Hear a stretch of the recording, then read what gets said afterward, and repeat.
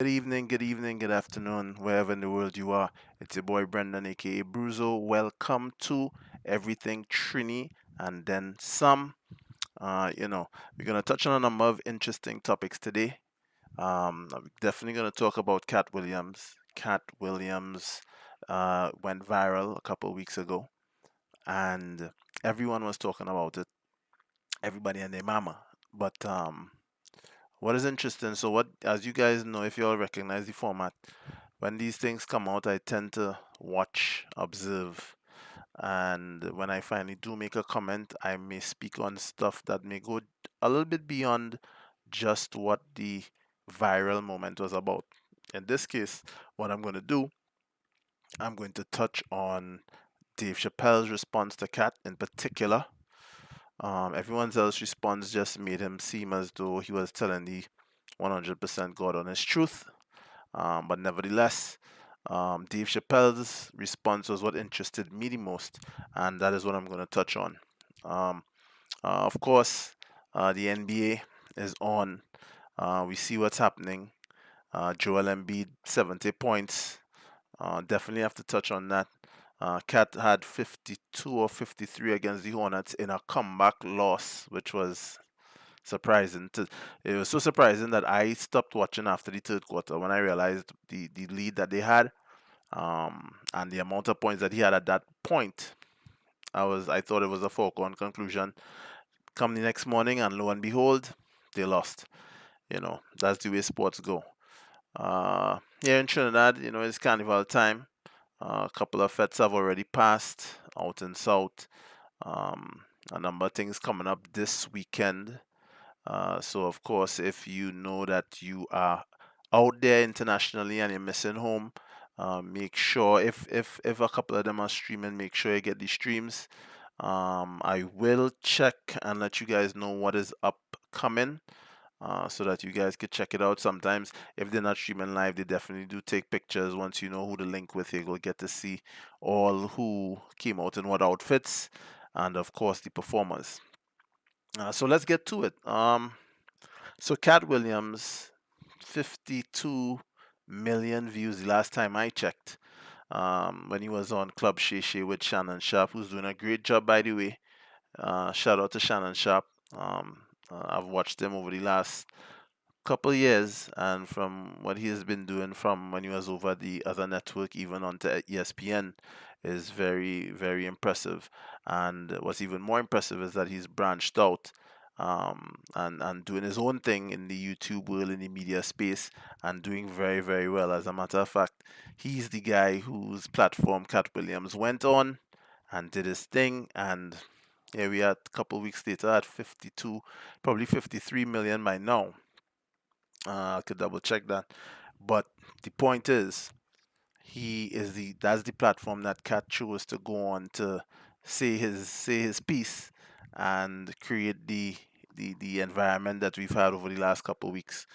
Um, so for those who don't know, those that living under a rock, Cat Williams went on Club Shay Shay and he had some things to say about some comedians, including Kevin Hart, um, Ricky Smiley, Cedric the Entertainer, Steve Harvey, a number of big name guys. And he even spoke on Ludacris, who's not in that space, but he told an interesting story.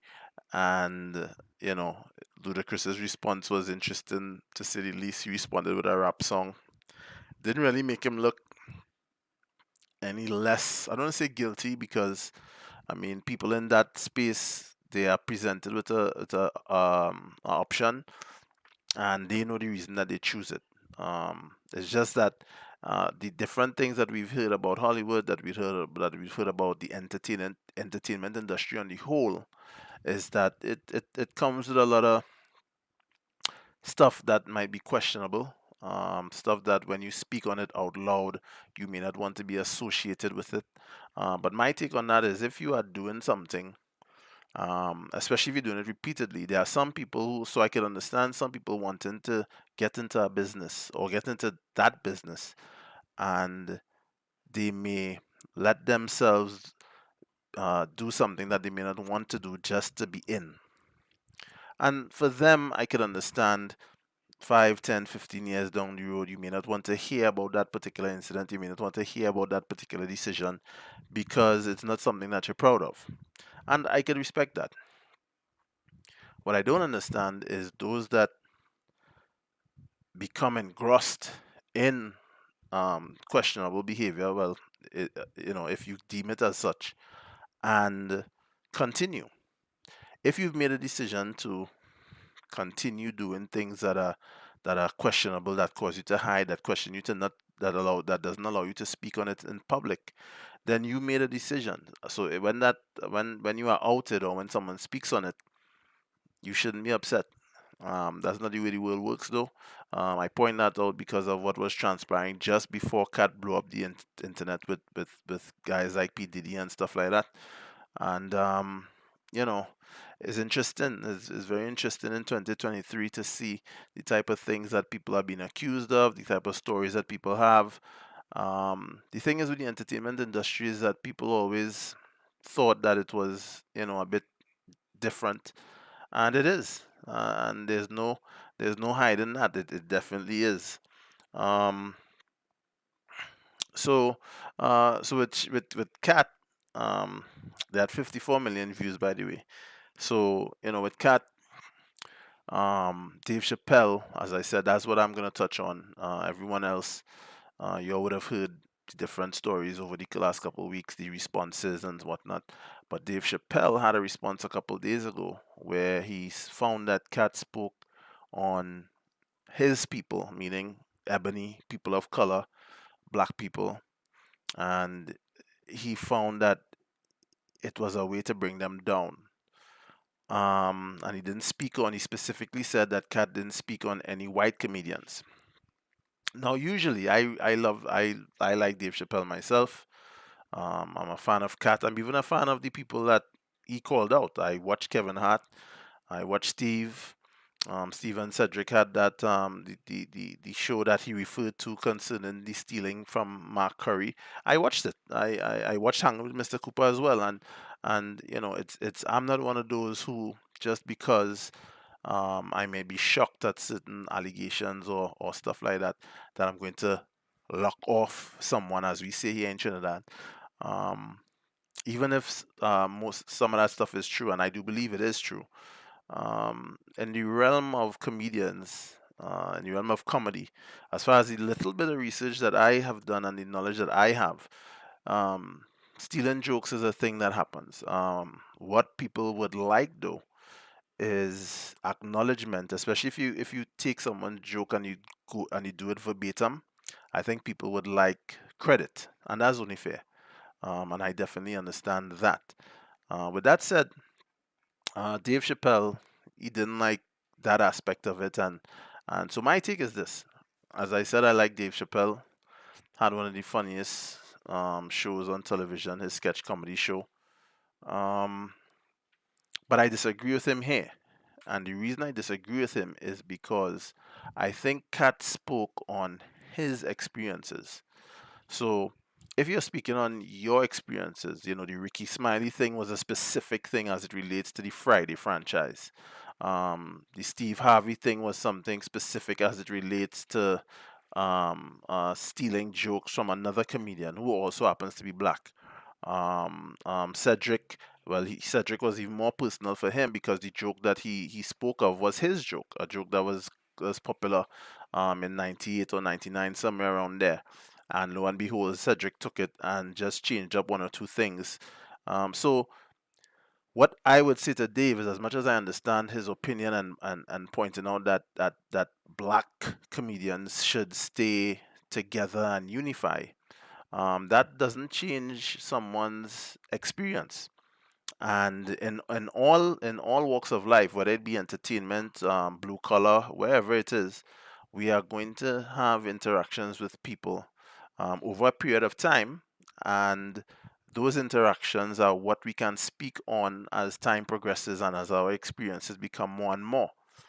So I disagree with Dave here very strongly. As I said, Cat didn't just out black people for outing them sake. he spoke on his experience, and we have to respect that. Um, why would you speak on white comedians if you don't have negative or that much negative experiences with them? No, I'm not saying that Cat doesn't, but I'm saying that seeing that he did not speak on it, we can only comment on what he did speak on. And what he spoke on was his experiences with the comedians mentioned, and we have to go with that. So, you know, I get what Dave is saying, but then that ideology could apply to everything as it pertains to the black community, especially in the United States.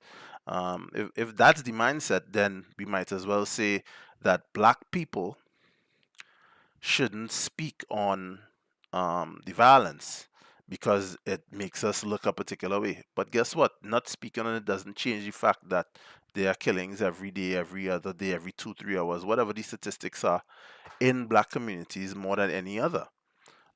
So, things like that is what I tend to look at when it comes to either agreeing or disagreeing with someone. And in this case, I really don't think that I could be with Dave on this one. All right.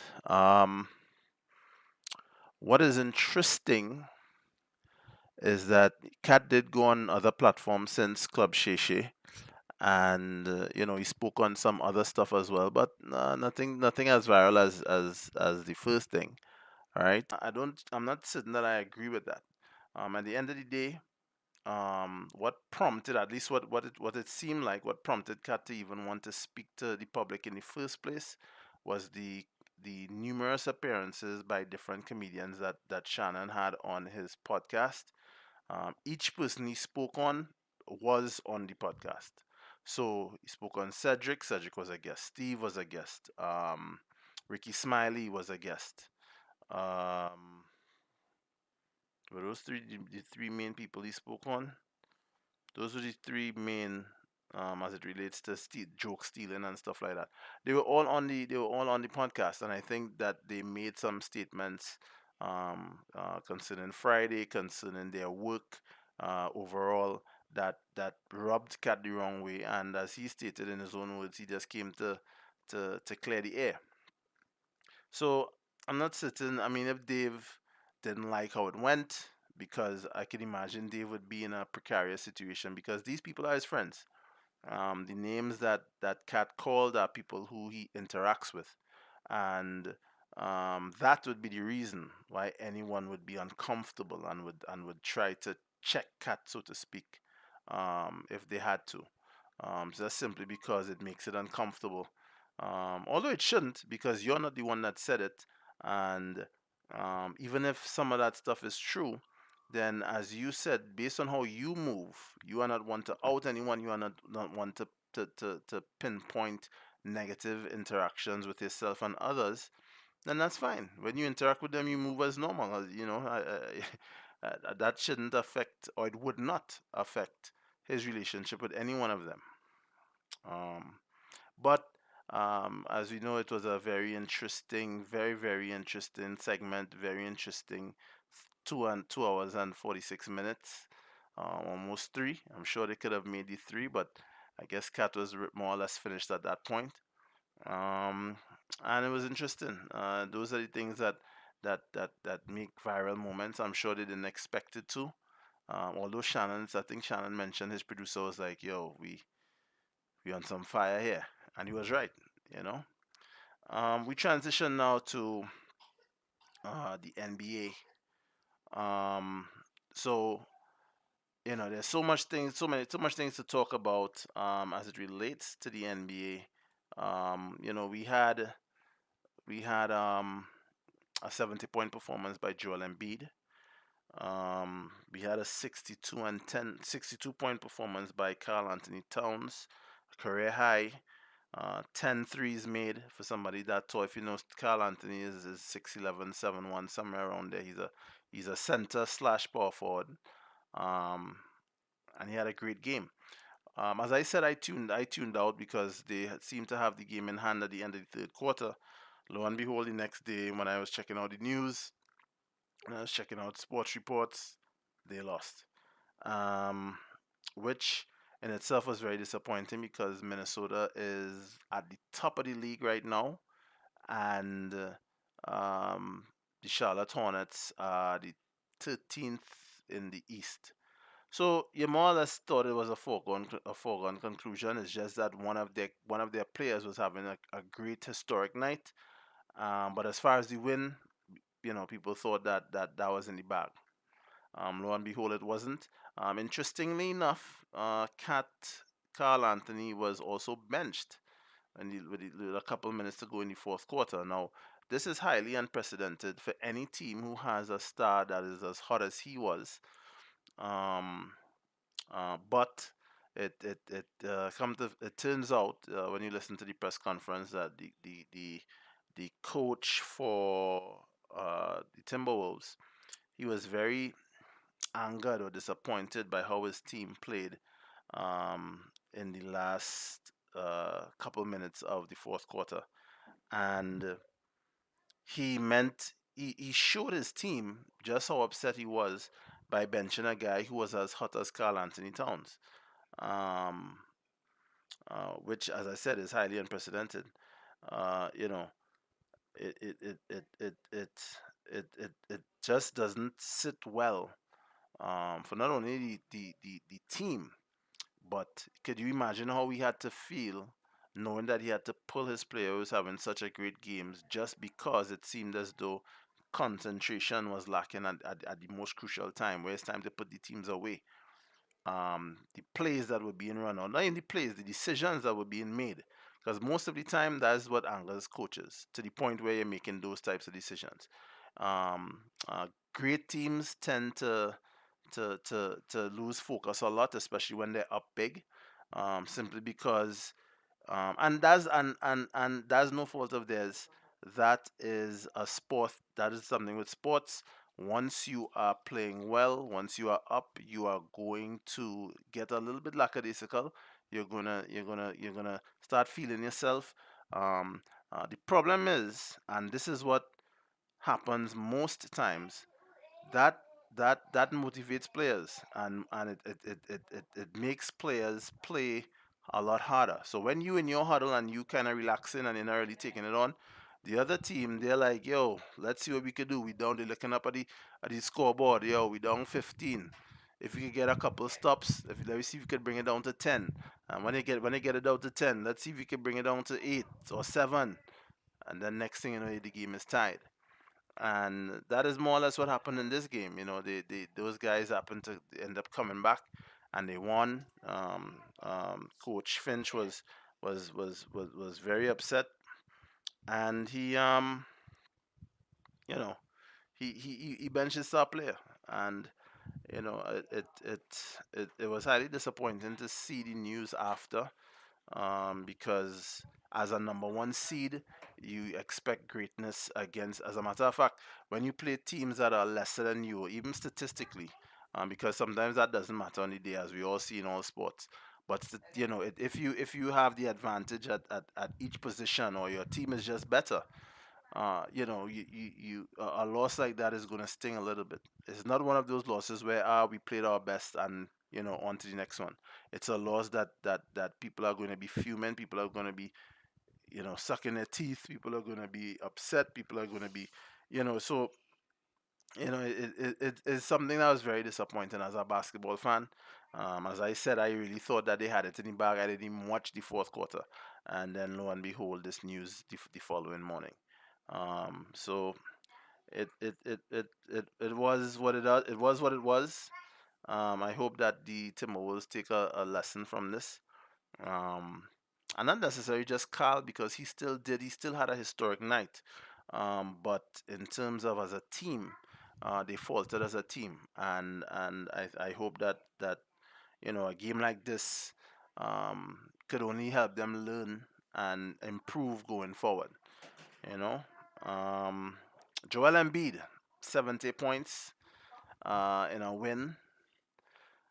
He had a ridiculous game. I watched that one, and it's amazing with Joel. I think Joel, like he had a game earlier where they played against the Denver Nuggets, and I think they won that one as well. They had to have won because he was the one interviewed at the end of the game, and he gave Nicola all the props in the world. Said that he's the best in They had an embrace at the end, and the reporter asked him about the embrace and what he said, and he told her that I told him that he's the best in the world, and he said that that's because they are the reigning champions. They won the title last year, and he is the reigning MVP, and because of that, he gave him full props. But I think what Joel is doing was being respectful of Nicola and his accomplishments the year before. But the way that he is playing, I think he is going for the season MVP. And if they go beyond, if they are able to make it towards the finals, of course they have to go in steps. But I'm seeing that if they're able to pull it off, he's going to be ridiculous. He's going to play his all, and I think Joel is one of those players who, everyone says that they want to be the best, but I think because Joel knows his talent and what he's capable of, he's one who can come very close to that MVP title year in and year out if he's playing games like he's playing for this season. And I honestly think that he is going for it. When it all is said and done, barring any injury, I honestly think that he will be the season's MVP. That is my prediction for the Sixers. As long as, of course, they play well, and they don't give, although they have any pass, but usually MVPs go to the player that made the most impact in the league on a winning team. Very important because there are people who have ridiculous stats and their teams doesn't make the playoffs, and you can't give them the MVP, or at least you shouldn't give them the MVP. But we're looking to see. We are anxious to see how that is going to play off, and it's gonna be a heck of a rest of the season after the All Star break, which is in a couple weeks. I think it's on the 11th. Sunday is the game, but everything starts the Friday. It's gonna be a ridiculous All Star weekend, and then back to serious business after that. And that's where you're gonna see those who gonna make that final push. You know, enter the foray and beat the horse, so to speak. You know. Um, So, guys, fans of the sport, stay tuned. Keep watching on whatever platform you're watching on. And it could only go up from here. Right? If we hopefully we see a lot more performances like we did this week or last week into this week, and no one can say that basketball is dead. These guys are really good. Oh, Kevin Durant, sorry, made a comment last night or night before about he thinks that he should be in the GOAT conversation. I'm not going to dwell too long on that. I'm simply going to say there's a reason why people don't have you in that conversation. It's fine that if you think your skill is of a certain level and you find that you should be in the conversation, but the reality is no one has you in that conversation. And not because you aren't good. He's one of the best players in the league. He can score. He can pull up from anywhere. He has a great range. A very dynamic player for his height. But I think there's a lot more to greatness than the actual skill. There's the way you play the game. There's the tenacity that you bring to the game. Um, I want to say there's the loyalty you bring to the game, but I think that would be a fast for me to say in 2023 players aren't loyal anymore, and I don't give them wrong simply because organizations they chew them out or get rid of them when they want to. It's not like the 90s where you know um, the team was loyal and the organization was loyal, and they treated you as such. As soon as you get comfortable, so organizations are trading you. So I don't want to put that in the mix, but because I am from a different area, I saw the Bulls play, I saw the Knicks play. those 90s Knicks, 90s Bulls. Um, it's kind of hard for me not to point it out. Um, but I will adapt and recognize that because they have more freedom to do what they need to do, and I agree with that freedom, I'm not going to mention it. With that said, he's a two-time champion, a two-time Finals MVP. Um, the asterisk there is that after losing a game seven to the Golden State Warriors from OKC, the team that you and Westbrook were building and doing very well, you went to join them. And at that point, anybody who watched the NBA for those 2 seasons that Kevin Durant was a part of the Golden State Warriors, they knew, real basketball fans knew that there wasn't any competition. That was that was a all-star team that they had on that squad. They were doing great with Curry, Clay, Draymond. They were winning with that team, and then you throw in Anthony Wiggins in the mix. Was Andrew not Anthony was Andrew the one there, or was it Matt Barnes? Not Matt Barnes. Uh, the other one. They have such a similar. I think his name is Barnes as well, but I can't remember his first name. He played with the Kings now though. I can't remember which one was there when Kevin won the 2 championships. And But the point is, they were great with that team and the that core that they had. When you had somebody like Kevin, imagine Steph Curry was able to step back for 2 years to allow Kevin Durant to shine. And we all saw when Kevin left how Steph just went back in his role as the superstar and kept it pushing and won championships after Kevin left. So it's Kevin is a great player. He'll always be that, but too many negative things that fans could point to. Um, that Twitter thing. How he deals with criticism. Um, the constant jumping from team to team. It's ridiculous. It's like each time they try to create a super team, it doesn't work. And then all you do is, well, all right, well, I'll go on again and try to create a super team in another city. He has been with from OKC to Golden State, Golden State to Brooklyn, and then now Brooklyn to the Phoenix Suns. And I mean, he as an individual, you can't take away his skill from him. He's good, but sorry, Kevin, we're not gonna put you in the GOAT debate. The GOAT is, the GOAT's supposed to be the greatest of all time. If you have Michael, and then people want to throw Kobe as number two, so then the only person that could come up in the debate, because remember the GOAT is only one person, right? So if you're thinking about a debate where you're going back and forth with who could be, you're looking at the person who could either replace Kobe, or whoever you have at number two. I have Michael as number one, but we know the greats have always been Magic. You've heard those names: Magic, Larry, um, Kareem. You've heard those names as the greatest over the years. I would even throw Bill Russell in there, although he played at a time where, but I mean, you can't ignore that the time that he played in is not his fault, and he has 11 rings to show. So his name has to be there. Nevertheless, uh, Um, you know, um, who else? LeBron is still playing, so he's definitely always going to be in the conversation.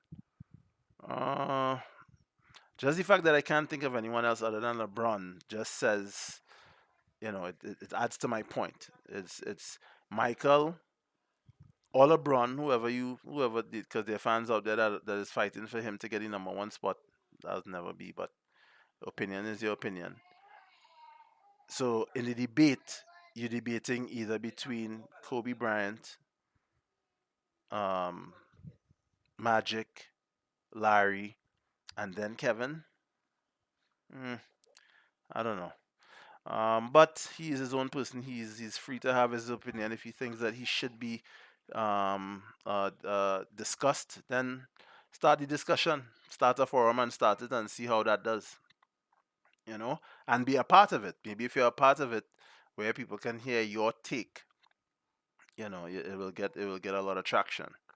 Um, but enough of that. Trinidad people, excuse me. As you know, Carnival season is hot and sweaty. It's here. We having an early carnival this year. I think it's February 12th and 13th, Monday, Tuesday. So this week, let me see. Um, Let me see what we have.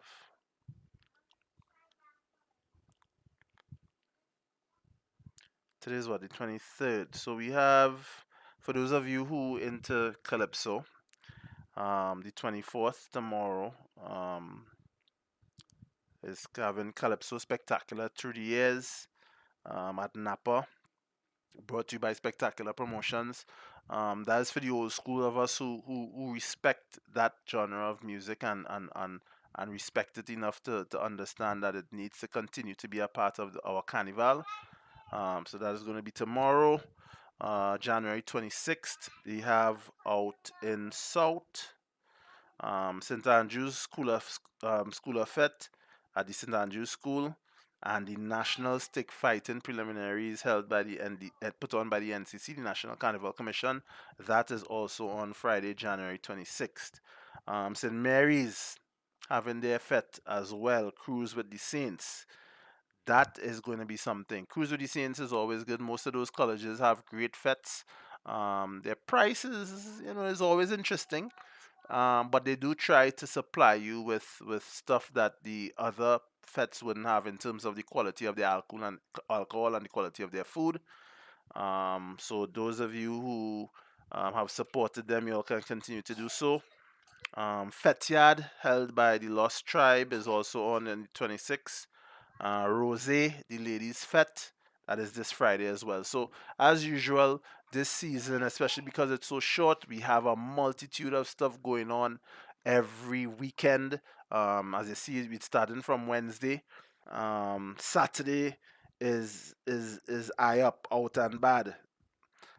Soul Set Supernova, Prime Tropical Paradise held at the Hilton. I Love Choker, Tank Sound Company. That sounds like it's well, let me just say that I might be wrong, but it sounds like it could be a chutney vibe. Ladies Night Out, Randy Glasgow Productions, Fet Royal, QRC. So St. Mary's is Friday, QRC is Saturday. Um, Rise and Roast, the National Junior Calypso Monarch semifinals. Toothpicks. I never heard of that. I'm not sure what that is. Calypso Spectacular once again on Saturday. Well, that's probably the competition moving on. Romage 2024 House of Angostura. So you don't know what's going on there. It's all the rum that they have they're bringing out. And one batch. Sunday again, Savannah Party, the Panorama semi-finals. Well, you know that is going to be ridiculous every year on the Savannah. Medium and large bands. York All Inclusive. Ray's Breakfast Party, The Sound of Soca, Passage to Asia, interesting name, Palmist All Inclusive, and Pan on the Greens. All that on Sunday. So I mean, there's gonna be a lot. You guys have a lot of options. We here in Trinidad, we who make sure and some of us actually look forward to this time of the year even more than Christmas. So it's gonna be ridiculous. It's gonna be great. Make sure and get your tickets to your favorite events. Make sure and support the ones that you can as far as your pocket goes. Make sure and uh, be safe. There's a lot of drinking. Make sure that you guys drink responsibly or have your designated driver.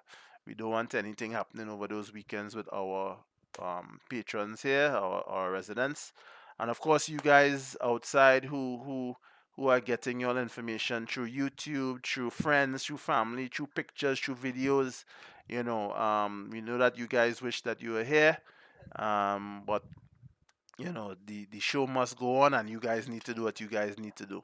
And we know that when you guys can, you all will, in terms of visiting. Um, but hey, make sure and support, make sure and support. And for those of you who don't partake, that's fine as well. Do something with the family. Chill, do your normal weekend thing. Eat a food, drink a soda, and eat a popcorn. You understand? So, once again, it's your boy Brendan, aka Bruzo. This is everything Trini and then some. Remember to like, comment, and subscribe. Always a pleasure dealing with you guys. Look forward to talking to you again, where we continue to speak on the trending topics and you know have fun while we at it. Take care. You guys have a good one. Be safe, most importantly. And we'll see you guys next time. Take care.